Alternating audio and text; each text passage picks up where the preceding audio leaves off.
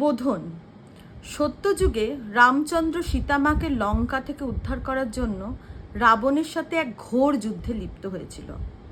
আর সেই যুদ্ধ শুরু করবার আগে উনি দেবী চণ্ডীর আহ্বান করেছিলেন যাতে তিনি অভয় দেন এবং এই ধর্মযুদ্ধে তার পাশে থাকেন, কারণ তিনি অসুর দলনী দুর্গতি নাশিনী দেবী দুর্গা, যার ক্ষমতার কাজে স্বয়ং দেবাদিদেব মহাদেবও নত স্বীকার করেন।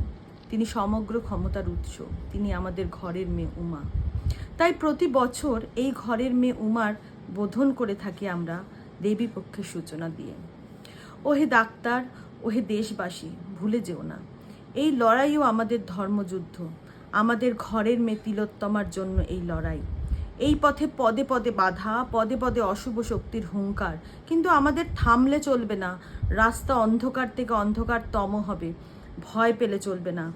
জানবো আমরা যখন অন্ধকার সব থেকে বেশি, যখন আমরা দিশেহারা নিজেদের অস্তিত্ব টিকিয়ে রাখার জন্য, যখন এক রাশ অভিমান, ক্ষোভ আর হতাশা মাথা চাড়া দিয়ে দ্বার রুদ্ধ করছে, ঠিক তেমন সময়ই মায়ের বোধন হয়।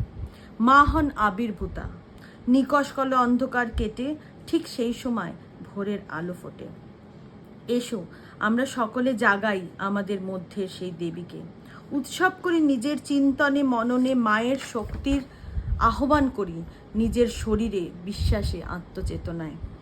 শির দ্বারা সোজা করে মনুষ্যত্বের ইতিহাস গড়ার উৎসবে মাতি।